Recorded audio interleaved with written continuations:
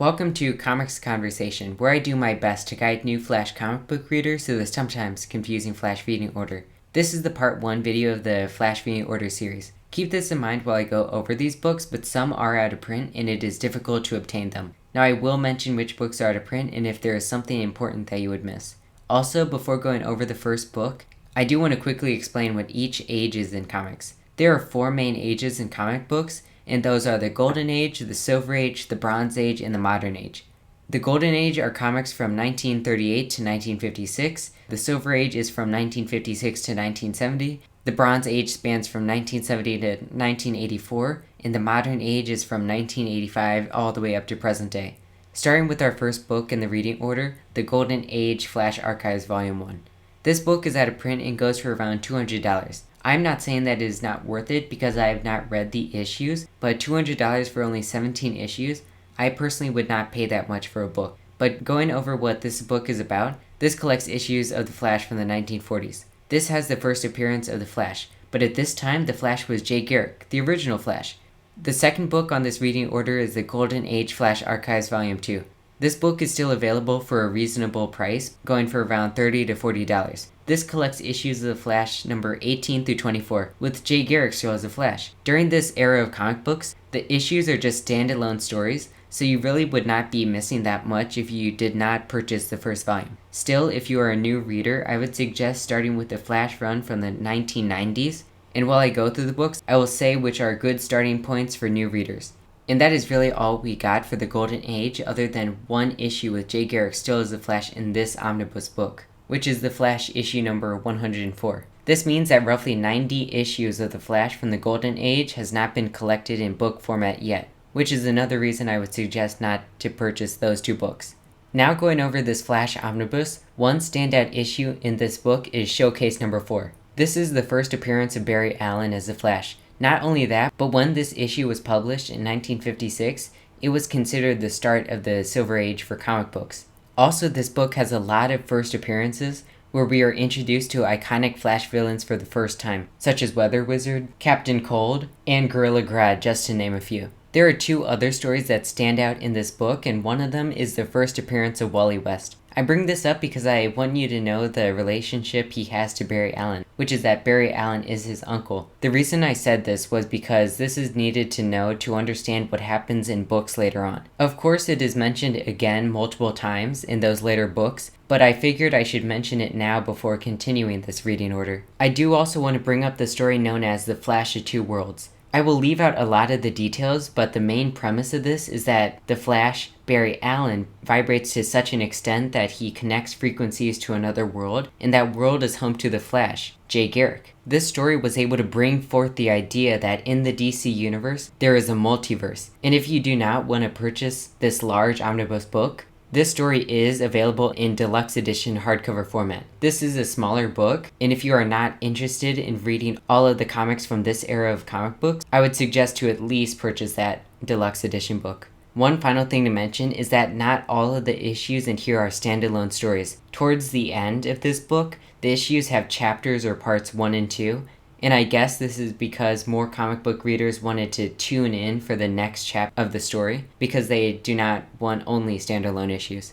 One thing I want to mention before going over this next book is that I do really like the cover for this book. Although it is simple, embedded in the cover it says The Flash, The Silver Age Volume 2. And it said the same thing on the previous book, only it's saying Volume 1. Now going over the book, one issue that I feel is the standout issue of the entire book is The Flash number 139. This is the first appearance of the Reverse Flash in his origin story from the 1960s. This is a slight spoiler, and personally, I do not feel like I would have to consider it a spoiler because I feel like what I'm going to say is widely known, but I do want to be courteous to those who do not know it. But in the first volume, when Wally West was introduced to Barry Allen, he also ended up meeting the Flash as well, and during his encounter with the Flash, he ended up getting in the same accident Barry was in, that caused him to gain his powers. With Wally having powers, he now fights crime alongside the Flash, and there are stories in here of Wally West as Kid Flash. Another thing I do want to mention before going over this book is that these 3 omnibus books collect all of the issues of the Flash from the Silver Age, and there are trade paperback books, but they do not collect all of the issues from the Silver Age of the Flash, which is why I have these 3 omnibus books. One issue that I think is really cool is the Flash number 165, and although I won't say what happens in that issue, it does involve the Reverse Flash, and I feel like this issue really shows how much this villain despises the Flash and the lengths he will go to make Barry's life miserable. There are plenty of other great stories in this book, but they're of the Flash protecting Central City and those closest to him, as well as working with other superheroes. With that last book wrapping up the rest of the Silver Age for the Flash, this next book takes place in the Bronze Age. This book has the story known as The Death of Iris West. I am still waiting for this book to arrive, but I have a general idea for what this book is about because of a summary of the story in a book that I will go over later on. But I will leave it for you to find out if this title is true or if something else happens to Iris. Again, this is really the only book we have from the Bronze Age for the Flash. There is another book from the Bronze Age for the Flash, and it is known as The Trial of the Flash, which collects the issues that finish the Bronze Age. That book is out of print, and I am not planning on getting that book because it goes for a high price, and I am hoping there will be omnibus books collecting the entire Bronze Age for the Flash. Now we have a major crossover event, Crisis on Infinite Earths. You can read the stories Crisis on Multiple Earths, and here are some trade paperbacks, and I may go over the stories in these books in a future video. But these are stories that lead into the DC event. Before going over this book, I do want to go over the history of why this event exists. As I mentioned before, the comics were all standalone stories, but many people wanted a large ongoing story. But the timeline for where all the stories took place within the DC universe became really confusing for new readers, and it was difficult to pick up a comic book and start reading. The intent of this event was to clear all of that up, and the writers planned to do so by having all the characters reside only on one Earth in one universe. Whether they succeeded in doing that, I will leave for you to read and find out. I do also want to mention that I think this is a great place for new readers to start. Within this book, there is an antagonist, and their intent is wiping out the universe, and it is up to the heroes to stop them. The part that concerns the Flash in this event is that when the dust settles after the battle, something happened to Barry Allen, and he could no longer be the Flash, so Wally had to step up and take up the mantle of the Flash. Also, after this DC event is the start of the modern age. The next book on the reading list is The Flash Savage Velocity, and this is with Wally West as the Flash. This book really just collects the Flash number 1 through 18. Although these are the first issues of Wally West as the Flash, I have mixed feelings whether I should suggest this as a book to read after Crisis on Infinite Earths. The reason for that is because in this book, Wally is kind of a jerk, and I feel those character traits can turn off new readers for reading Wally. But with me reading nearly all of the books with Wally as a Flash, it is satisfying seeing Wally have so much character development and becoming such a likable character. I would judge for yourself, because if you do start with this as your first Flash book, I do want to say to give Wally a chance as the Flash, because he has become my favorite character and my favorite version of the Flash. I do want to quickly mention before going over the next book, but one of the issues this book starts with is the Flash number 62, which means that there are about 40 issues that have not been collected yet. The reason I bring this up is because I did also want to mention that there are these 4 DC events, but they do not really affect the Flash, and it is not necessary to read them because they take place during those 40 issues that are missing. But if you are interested, you can read these books, and I may go over them in a future video, and the order these books should be read in go from left to right. This is the Flash run by Mark Waid, and I do have videos going over this run that you can check out, but I will still go over each of the books in this run since the editing and audio in those previous videos are not the best. This Flash run is considered one of the greatest Flash runs that has been written, and I would agree too. It is one of my favorite runs, and I definitely would suggest the books in this run for new readers after Crisis on Infinite Earths.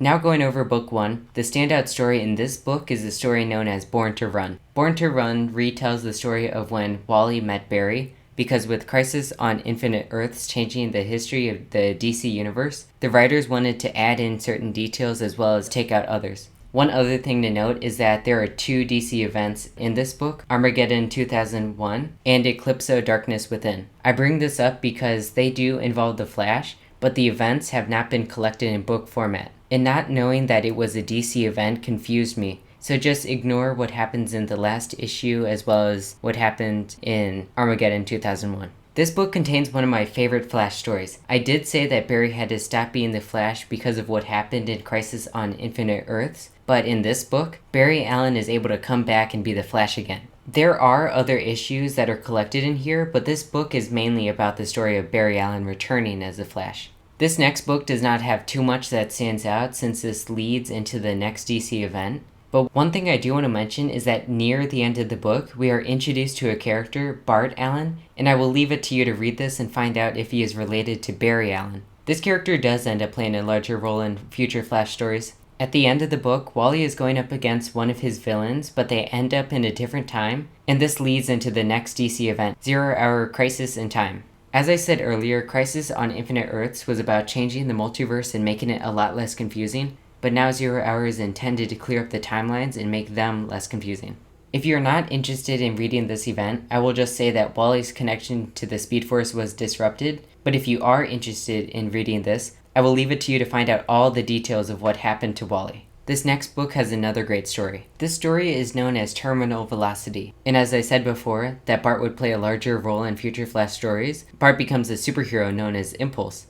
In this book, we see how Bart works with the other characters, as well as get a better understanding of the energy source all speedsters get their powers from. I do also want to mention that during this time, Mark Waid's writing, in my opinion, is on point. I bring this up because in this book, there is another great Flash story. This story is called Dead Heat. Another thing during this time is when Impulse gets his own comic book title, and there is a little crossover event between the two. Although it is not a Flash book, I do want to say that the book Impulse Runs in the Family takes place during book 5. But it is not necessary, since the issues of Impulse from the crossover are collected in this book. In this book, we are introduced to another Flash villain, and they pose a real threat to Wally and those other speedsters. Near the end, we are reintroduced to a character, John Fox. This character first appeared in the Flash by Mark Waid book 1, so I would suggest rereading the first issue in book 1 before reading book 5. Something I do want to mention before going over this book is that it is out of print. This book retails for about $30, but now you can only get it for 3 times that amount if it's new. Now if you choose not to get it because of how much it is perfectly fine. There's not really anything you would be missing. There are not any events that take place or any standout stories, so you are good if you skip this book. But it would also be great if you are able to get it. This next book is by Grant Morrison and Mark Millar, and just to clear things up, this book takes place between books 6 and 7. If I could recommend any book from this reading order, I would suggest this book, because it has one of my favorite stories, The Human Race, and I feel like anyone could just pick up this trade paperback and not be confused while reading it. Now moving on to book 7 by Mark Waid, I do want to mention that during this book, a DC event takes place, which I will go over in a little bit. Another thing I want to say is that at the beginning of this book, there is the life story of the Flash, written by Mark Waid, but it is in the style that Iris West wrote it. This is available in a hardcover book, and I like how the hardcover book looks, because it looks how it does in the Flash comics. And if you read these books, you will understand what I mean.